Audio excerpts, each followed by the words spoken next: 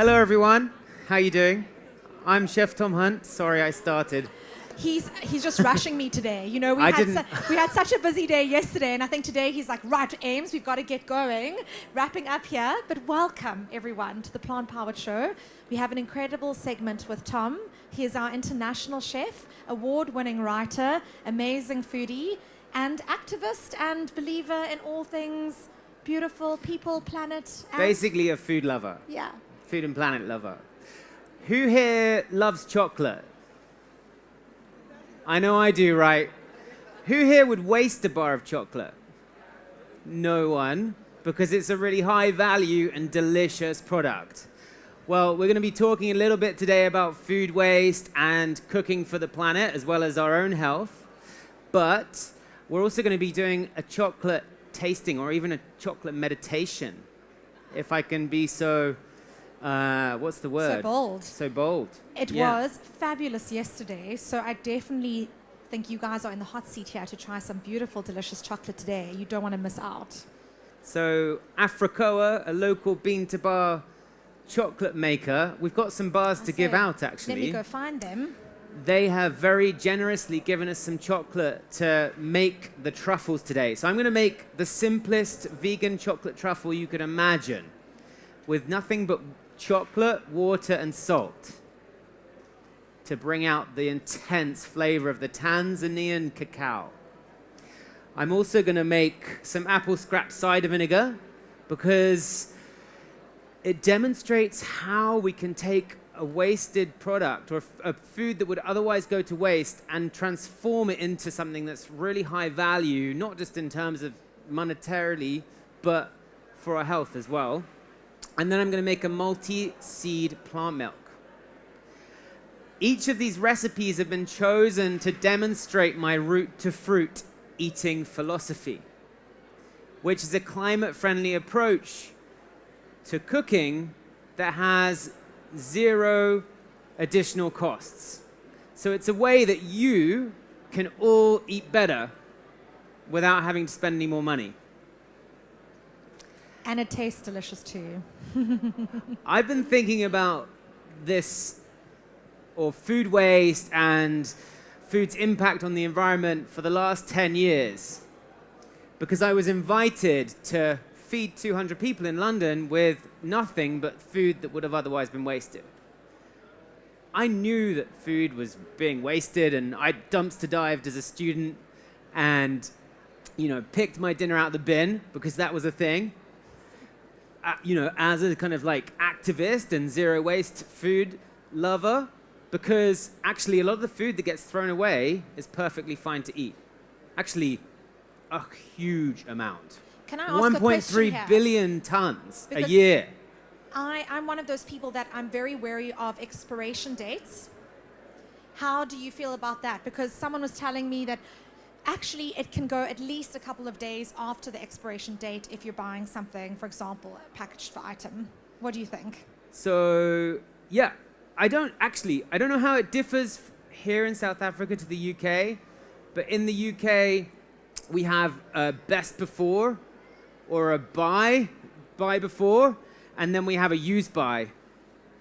Now, the best before you can completely ignore because it's just there, it's put there by the manufacturer to make sure their product is like at its optimum peak and there's no chance it will have kind of deteriorated at all. It's like a safe zone. But it's not safe. It's not a safe zone in terms of like health. Whereas use by on like a more kind of food safety product like a chicken or piece of meat, you might want to adhere to more closely. Yeah. But I'd always say, to be honest, it's more about common sense and using the sniff test. In fact, I remember that I think it might be the UK or at least maybe Wales specifically, they've been talking about removing the dates from milk altogether because you can just use your common sense and sniff it, right? But you're right, there's a lot of fruit gets wasted for no reason. And that's what I'm going to demonstrate here with my apple scrap cider vinegar. I'm going to use whole apples today because that's what we have here. But if you're at home, you can literally save your apple peelings and your cores in the freezer. And then when you've got just a couple of 100 grams, you can start to make your own vinegar. How exciting. How cool. I don't buy vinegar anymore because I make it very simply just by fermenting apples. You can use windfall apples as well. If there's an apple tree with some apples that have fallen on the floor, even if they're a little bit bruised, you can chop them up and ferment them and turn them into what's actually a really high value product. Not just in terms of its cost, but it's actually a very health-giving product. We've got some tasters actually of the Simple Truth raw live apple cider vinegar just with a little bit of water, and I'd recommend having some vinegar before every meal because it helps with weight loss and balancing your blood sugar levels, and the probiotics within the fermentation also help feed your gut microbiome. Yes. So having some salad with a bit of cider vinegar or even just some water like this, and don't worry, I don't expect you to like it. or necessarily drink all of it. Personally, I do like it. I like to not to eat too much sugar. I love sugar and I'll enjoy it, but it's not good to have too much, right? So I like to drink a little bit of apple cider vinegar water as a cordial sometimes. And if you get the ratio right, I'm not sure if this is a little bit strong or not. Is it a little bit potent? Okay, so this is a little bit potent. I'll make a glass and I'll just add a teaspoon or two of vinegar. And if you get the ratio right, it's like a cordial, but not sweet. And it's really refreshing to drink and incredibly health-giving. Almost like you would pop a bit of a slice of lemon into, for example, a big glass of water, something like that, just to add a little bit of flavor. And of course, it's so good for you as well. The gut health benefits too. Yeah, exactly. So you can use an old flowery apple, a windfall apple, or some saved cores and peelings. All you have to do is pop them in a jar and cover them with water, add a little bit of sugar to kickstart the process, which gets eaten by the vinegar, so it's not actually it won't actually have any sugar content by the time it's fermented. And then we're going to kickstart it as well with a little bit of the raw apple cider vinegar. So I'm just going to put a teaspoon or two in there of sugar. The quantities are actually really forgiving. It's like you don't need to worry about exact measurements. And then I'm going to cover it with water. And then I'm just going to add about a tablespoon of the raw apple cider vinegar to kickstart the process. You only need to purchase your live vinegar for the first attempt. And then you can just keep a little bit of your vinegar back to use the next batch. A bit like a sourdough bread. You'd make a sourdough starter and then you'd keep it going and use it forever. So yeah, essentially, to be honest, I should have traveled with my own vinegar mother. They're called a mother, like a SCOBY and a kombucha. Once this is fermented, you might see a mother or a SCOBY, a symbiotic culture of yeast and bacteria forming on the surface. And that's all of the good bacteria that's helping the apples ferment. So I'm just going to give that a little shake just to dissolve the sugar. And now, I would say you can just either there's a couple of points. It's great to submerge the apples. If you had a ramekin the right size like this, that's actually got some oil in, so I'm not going to use it. But I might place a ramekin on top to submerge the apples below the water. And that's going to help prevent mold growing. We don't actually need to worry too much about mold when it comes to fermentation. It's not so likely. And if a little bit of white mold forms, you can just remove it and it should be fine. It will be fine. We do want oxygen to get to the liquid though, because that's going to help the acid that's going to help the vinegar acidulate and ferment. So I would recommend covering it with a cheesecloth and an elastic band and leaving it out of direct sunlight. You need to leave it for 3 weeks and give it a little stir every morning for the first few days just to make sure the sugar's dissolved. And then you'll notice after a few weeks that the apples start to change color and sink to the bottom. And at that point, it's ready to strain with the mother into a tight-necked bottle like this, or an old wine bottle or anything like that. And then you'd want to leave it for another month just in the back of the cupboard. It sounds like it takes a lot of time, but actually, it's taken me 30 seconds to make that. And then after that, it's just about allowing the fermentation to do its thing and just chill. Beautiful. Is that clear? I think it's such a great, easy example of a way to use those, especially if you've got apple cores that you just want to set aside and not waste. And then you have your own beautiful vinegar. What a nice gift to also give to family and that kind of thing. We've got a question already here, Tom. I'm just going to bring my microphone towards the back. Yeah, I should have said questions are very welcome. I'm here to share my knowledge with you, and so questions are what I want. You gave the samples. How much would you add to water? How much vinegar? How much water? I think the samples might have been a bit strong. It's really how much you like. I like, in a big glass of water, anything between 1 and 3 teaspoons of cider vinegar. Yeah. Yeah. More questions. Okay, More wait, questions, let me please, head back please. at my microphone because you do want to hear your question. Can you give a rough estimate of the different proportions of the recipe? Of the what? The recipe, yeah. Can I actually give you the recipe, you mean? Right. Okay, so the recipe's online. If you Google Tom Hunt cider vinegar, you should find my Guardian column. I write a weekly waste not column for the Guardian. I've just written, or finished my 5th year, so I've written about 300 recipes now. One of them's cider vinegar, but if you just Google Tom Hunt cider vinegar, you'll find that recipe, or any of these recipes actually. But basically 200 grams of apples, or apple cores, you add twice the amount of water, so 400 grams of water, 2 teaspoons of sugar, and 2 teaspoons or 3 of cider vinegar. But as I said, it's like quite forgiving. We're just giving the fermentation a kickstart by adding the sugar and the cider vinegar. What is important is that you use a live, like a raw apple cider vinegar, because that is alive and full of probiotics and good bacteria, which is what we want. And is what has been eradicated from a lot of our food in our more kind of bigger supermarkets and stuff like that.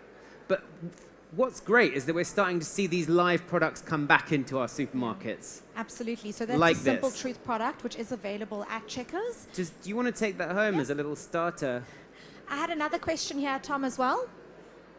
You said like the benefits before meals. If you included it in a meal, like a salad dressing or anything like that, is it like the same kind of benefits while you eating? Absolutely.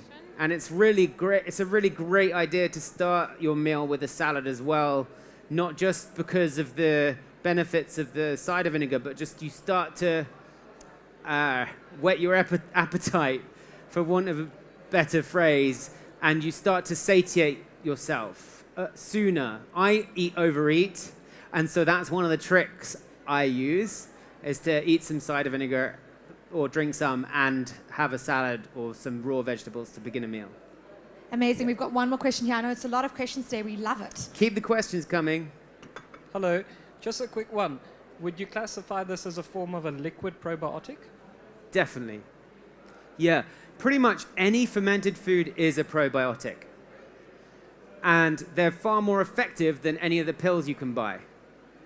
So ferment your own cabbage, make your own kimchi, create your own apple cider vinegar, and eat ferments every day for the benefits that they'll give your gut. Actually, kimchi's a great one because it's full of prebiotics too. I often make kimchi, an apple kimchi, where I make a paste from raw garlic and onions, which are both prebiotics that feed your gut, and are raw and fermented, so they're like super powerful. The fermented whey guys have got some interesting tonics and stuff that will be full of pre and probiotics as well. When you have made your own vinegar, can you then use that as a live culture to make a next one? Exactly, and you must. Yeah, because and then you don't have to buy vinegar ever again. And it's remarkable. Even I've benefited from doing this demonstration because I often go home. I'm not going to here because I've got to travel back to the UK. So someone else could take this if they like. But I'll often take this home, and then suddenly it comes autumn, and I've got tons of vinegar. And it's amazing because a bottle costs, quite a couple of £100 or whatever. So yeah, if anyone wants to take this home, that was a quick hand at the back.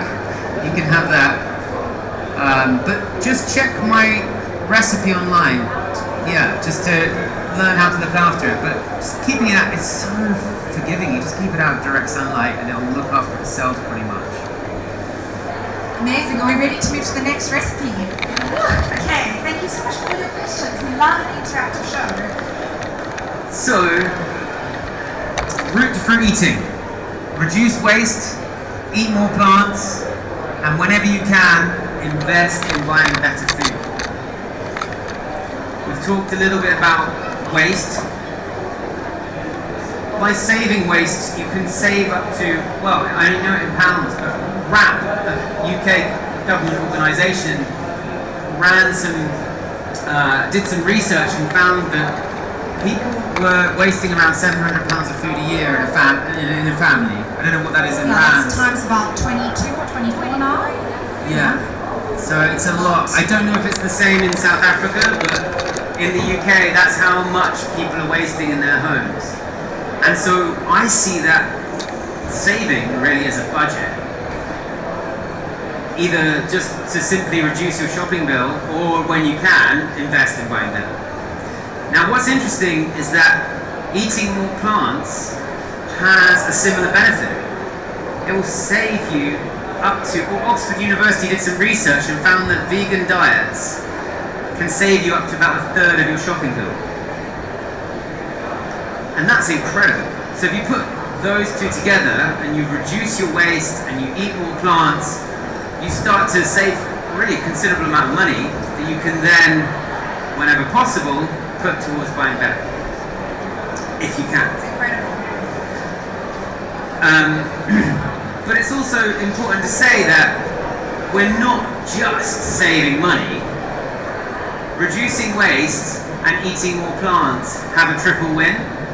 They relieve pressure on the environment because the farming of plants has less impact, especially if it's done regeneratively. It also helps us feed our growing population, which is another issue, as well as saving us that money. So it's this triple win that helps us eat for personal and planetary health. So I'm making a multi-seed plant milk today. There's some tasters coming out of that in a second. I've decided to kind of diversify the ingredients in the milk because you can buy really nice, interesting macadamia and oat and almond milk, but you can't buy hemp, cashew, pumpkin seed and sunflower seed milk, which you're about to try now as I make it. But I think it's important to as well just say that we should be diversifying our diets more for our gut health, but also to support agrodiversity and essentially biodiversity, or all life on Earth. Because now we survive off, I think it's 4 plant species. Like 60% of our calories come from 4 plant species. What are they? If I can remember, they are soya, rice, wheat, and it's either potatoes or, Potatoes, yeah. and it's just incredible. Like the lack of diversity, and it's like an industrial food system essentially that's like oversimplified our agriculture in order to produce food like at the cheapest possible cost. But that's obviously having a negative effect on the soils, something that we now have to think about. I think one of the most amazing talks we had this weekend was on Farms of the Future, which was held at our Wellness Talks station across the way. They've got amazing talks this afternoon, and I found it so fascinating that even big brands like McCain are starting to create these farms of the future with regenerative agriculture. So it's quite a mouthful to say, but it is a fascinating topic. Yeah, absolutely. And I mean, I'll always gravitate towards local seasonal produce whenever I can to support the local economy and support better farming. But what's interesting is that Big Ag is starting to learn from these agroecological farms, these small farms, because they have to in order to survive because of climate change. Like, they are all scared about their future as businesses, and in order for them to like survive, they need to start adopting these more regenerative agroecological approaches to farming. So I'm going to make you some plum. You're already tasting it. How is it? Is it tasty? Lovely. Cool. Oh, I need a cup. I'm going to grab one from you before you take any more out. So I'm also part of the Okay, so the essential ingredients for this are seeds, nuts, oats, and water. Oh, that's lovely. And that's to start with what you need. Then you can add a couple of things if you like. So you've got a little bit of vanilla in that. I'm going to add just a few centimetre piece of vanilla if I can. There's a knife here actually, thank you. I'm going to add a few centimetres of vanilla just to kind of add some flavour, because it makes it a really interesting drink then. And I'm going to add some dates as well to sweeten it. You could just use sugar, whatever you like to sweeten it. I really think of sweeteners as interchangeable. Even in cakes and things like that, I might decide to add some agave, or I think I just dropped a seed in there. Question? Yeah, can I bring the microphone so we can hear? Sorry, I'm just enjoying my milk in the background there. Do you soak your nuts and seeds for how long? Yeah, so I have 100 grams of mixed seeds, which I've soaked overnight, and then to them I'm adding about 750, 800 ml of water, and then optionally some vanilla, a couple of teaspoons of oil, which is going to help homogenize the mixture, and some dates, 4 dates. But like almost any recipe, make it your own. If you like something a little bit sweeter or less sweet or more vanilla-y, or salty, I'm going to add a little bit of salt because that's going to bring out the flavour of the ingredients as well. It's not essential though. I also just want to say, as you know, we are recording the sessions, and if you want to revert back to these sessions later on, they will be hosted as videos on our website, which is also great. If you want to refer back to a lot of these tips and notes,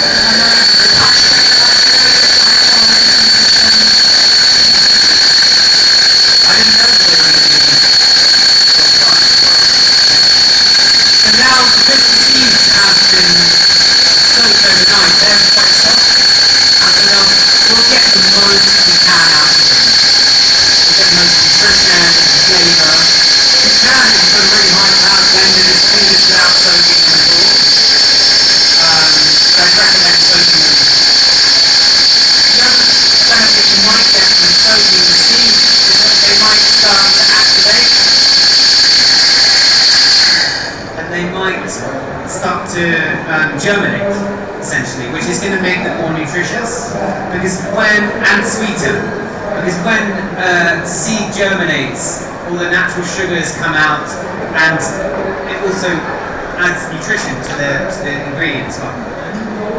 Sorry, another 2 questions. What oil would you recommend? Because I'm assuming it also sort of helps to make it more creamy. And then what sort of nuts or seeds would you suggest to make it creamy again? Yeah. good questions.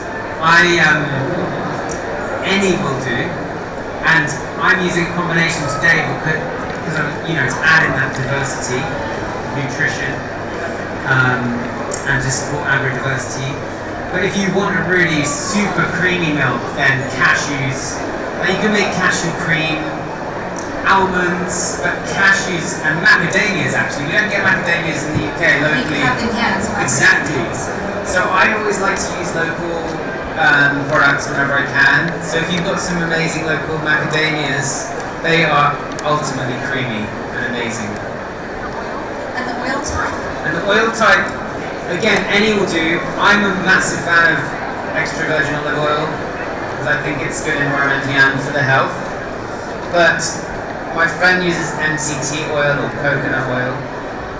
Could you use something even like hemp oil, for example? Definitely. If you were doing a hemp, so there was hemp seeds in the milk we just tried, and it would be fun to use hemp oil to be like go uber hempy with that drink, I'm actually our friend over at the coffee stand outside has said I'm gonna spill this everywhere now. He's gonna see if you can froth this milk in a minute, see if we can make a nice coffee with it. Yeah, this is a bit narrow. So basically, you can now hang this bag, if you've got a shelf or something like that, you can just hang it and let it drip out slowly. Or you can squeeze it out, but you want a slightly bigger bowl. And then you'll be left with a small amount of pulp inside, which isn't so tasty. It depends. Whole hemp seeds tend to be a little bit hard, but these would be fine. You could just use them like a nut flour, like an almond flour or something like that in any cake. Muffins. So yeah, I wouldn't throw it away because it's really good nutrition. It's good fiber. Rather than stand here milking my nut bag. Did I just say that? I love it. It's the one sentence you would hear. I can't believe I just said that. I'm going to have to walk off in embarrassment. I think it's great. Yeah. I'm going to just, put this aside. Perfect. And then crack on with the next recipe. The chocolate. Yeah, chocolate. I want to try this actually. The colour's so great, right? You can see it's so beautiful, rich and creamy. And the vanilla and the dates make it really drinkable.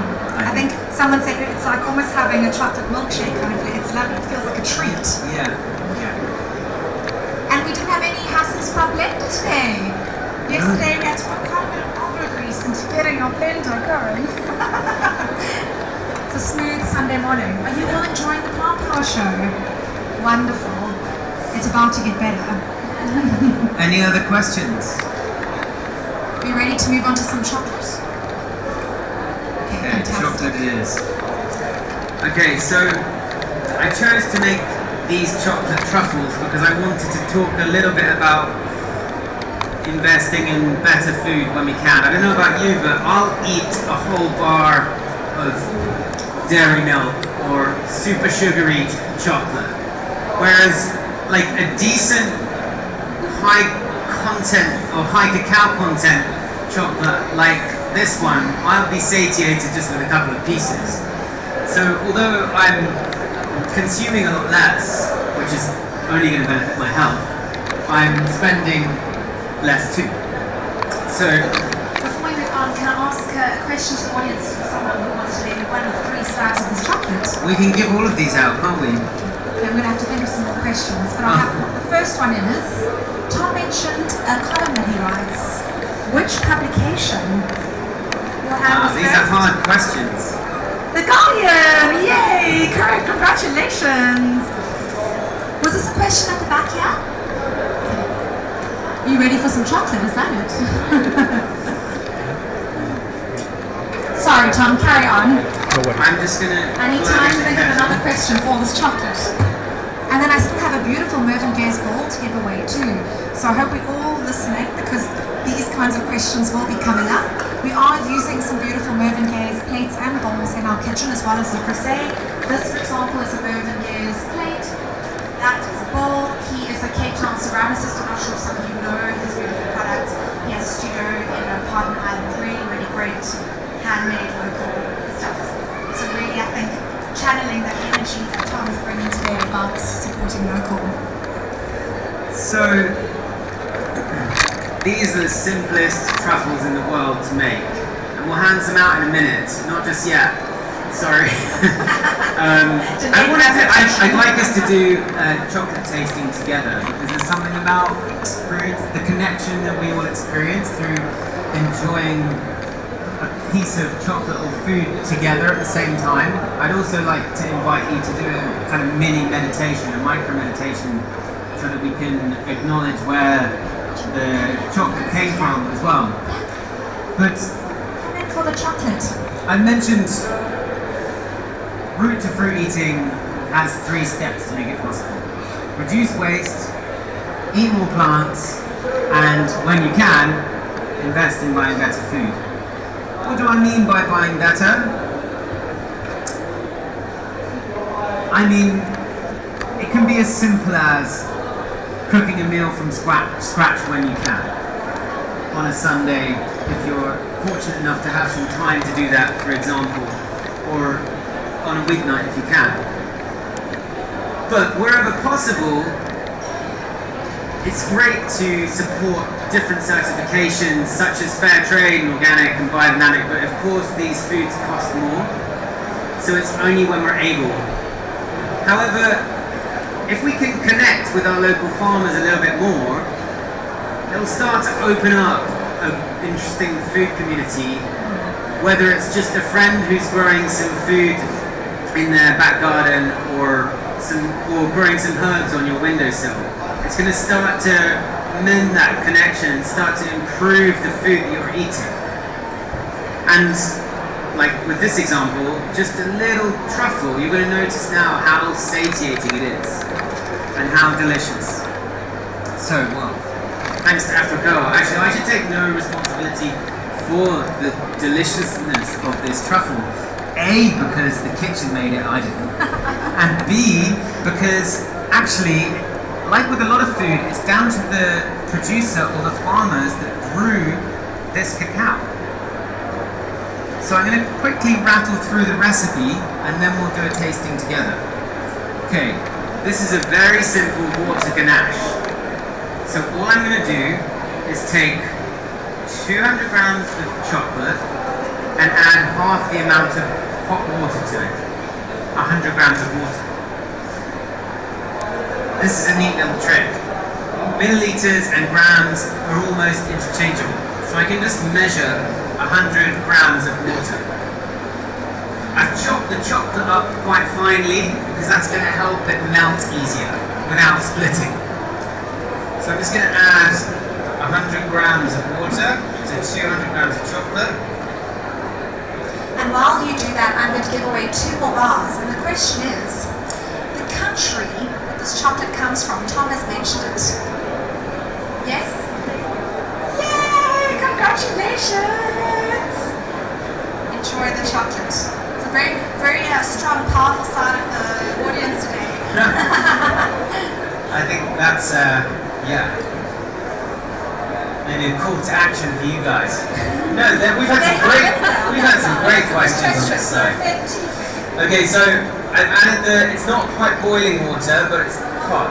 If it's boiling, it can split the chocolate. So in my original recipe, I added the chocolate to the pan of hot water, and I was finding it was splitting every now and again. So now I do it the other way around. I'll add the hot water to the bowl of chocolate. I'll leave it for 30 seconds, and then I'll start to just really slowly stir it. And if you just whip it, it will probably split. And what happens when it splits is the oil, the fat from the cacao separates, and actually it's still fine to use. You just might have a grittier texture. So don't throw it away if it does split. But it's a sort of slow, gentle stirring that allows the chocolate to melt evenly, right? Yeah, exactly. And I'm going to add a little bit of salt. So the water and the salt. Has anyone tried chocolate sorbet? Yes. when I had it, I was blown away by the intensity of the chocolate. The water intensifies the flavor. Although it's nice to add cream or milk to chocolate ice cream or a truffle, actually it mutes the flavor of the cacao a little bit. So that's why I've done this with just water and salt, because it intensifies the cacao. And when you do the tasting in a minute, you're going to realize how flavorful these truffles are because of this very simple technique. And I have a last question before your question. Okay. Can someone potentially answer this on name 2 of the seeds that we used in the nut seed milk combination? Oops. Her hand went up first, guys. Okay, let's see. Yay, congratulations! Don't worry, we still have another prize. But do you have a question? I wanted to ask, if it does split, what are some ideas that you think work best to use it? So if it splits, and it does sometimes, you can add either a couple of tablespoons of cold water or plant milk, and then kind of beat it in, and it may save it. Often it does. Or you can heat up some agave, or I'm trying to think of vegan sweeteners because we're at the Plant Power Show, but basically honey or agave or anything like that, and then mix that in. But, like I said, just make the truffles anyway. These are like super casual, very easy to make. They're going to taste delicious even if it splits. So once it's beautiful and melted and creamy like this, all you do is just pour it onto, I like to use at home like a Tupperware or something like that, but just onto some parchment. I try to avoid cling film because it's not recycled widely. And then I'll just leave that to set. In the fridge probably, overnight. It's easy. It's surprising how long it takes for chocolate to set. And then once it's set, like this, here's one the kitchen made earlier. It's just a case of chopping it up and dusting it with cacao. So I'll grab a knife. I like fuss-free cooking. I'm super lazy, and so I don't like spend ages rolling them into balls or anything like that. It's a waste of time. They're going to taste the same. So I'll just chop this into portions. Don't trim off the edges or anything like that and throw them in the bin. That's just crazy talk. And then very quickly I'm going to dust them with cacao. And you don't even have to be honest. You could just eat them like this, but dusting them with the cacao makes them a bit more easier to handle. And they'll keep well in a tub or anything like that. So a nice little trick is to put them in a sieve and then dust them in the sieve, because then you get rid of any excess cocoa at the same time as dusting them. And Tom, you actually have a cookbook. We haven't spoken about this yet, but it is for sale at the exclusive bookstand. And Tom will be doing a signing of the cookbook afterwards. Absolutely. I'm never taking on. I'm hoping you don't forget that. No, please. I think there's a few copies left. Yeah, we sold out, which was really exciting. What is the name of your book, Tom? Eating for Pleasure, People and Planet. And it's basically my root to fruit manifesto. So I've told you the 3 most important points today, which you can get various prizes for knowing. But is that a hint? but yeah, I mean, root to fruit eating is a 12-point manifesto that will help you eat climate-friendly food for 0 additional cost. So I think it's time for our chocolate tasting. If we're going to hand out some truffles now, I'd like to ask for your patience and to not eat the truffle just yet. Sorry, sir. I saw you going for it then. If you can hold on, we're all going to eat the truffle at the same time. If you guys want to come in, there's some chocolate truffles being handed out. These can be handed out too, actually. If you take a truffle, if there's any serviettes, Jodie, that'd be great. Yeah, pass them along the line as quick as you can, then we can all have a little tasting together. I think it's nice to, well, I've called this a chocolate meditation because I want you to visualize where this chocolate's come from. Hold on 1 minute. As soon as everyone's got one, we can start the tasting. But whilst the truffles are being handed out, I'd like to tell you a little bit about cacao, because I'm obsessed with chocolate, and I think it's one of the most incredible ingredients in the world. The Theobroma cacao tree grows within 20 degrees either side of the equator, in this subtropical region that must be humid and below 2,000 feet. And it's the terroir and biodiversity that surround the cacao tree that really lend itself to the flavor and allow the genes of the plant to express itself in a certain way, which is what people talk about when they're talking about the terroir of wine. But of course, terroir, or the importance of biodiversity, doesn't just apply to a grape. It also applies to cacao, a turnip, a carrot, anything really. It's going to taste different if it's grown in one field to the next, and certainly from one country or side of the world to the other. So, I'd like to start by inviting you to visualize the jungle in Tanzania where this cacao was grown. These beautiful cacao trees with the pods that are sunset red, orange and yellow, growing in a diverse jungle. And then, before we taste the chocolate, I'd like to ask you, or invite you, to pinch your nose, because this is going to cut off our taste buds. And I'd like you to place the chocolate on your tongue and start to chew it. You can close your eyes if you like. It will help you focus and meditate on the texture of the chocolate. Now, whilst your nose is pinched, start to think a little bit. Is it unctuous and creamy, or gritty and delicious? Now release your nose, and you should get an explosion of flavor.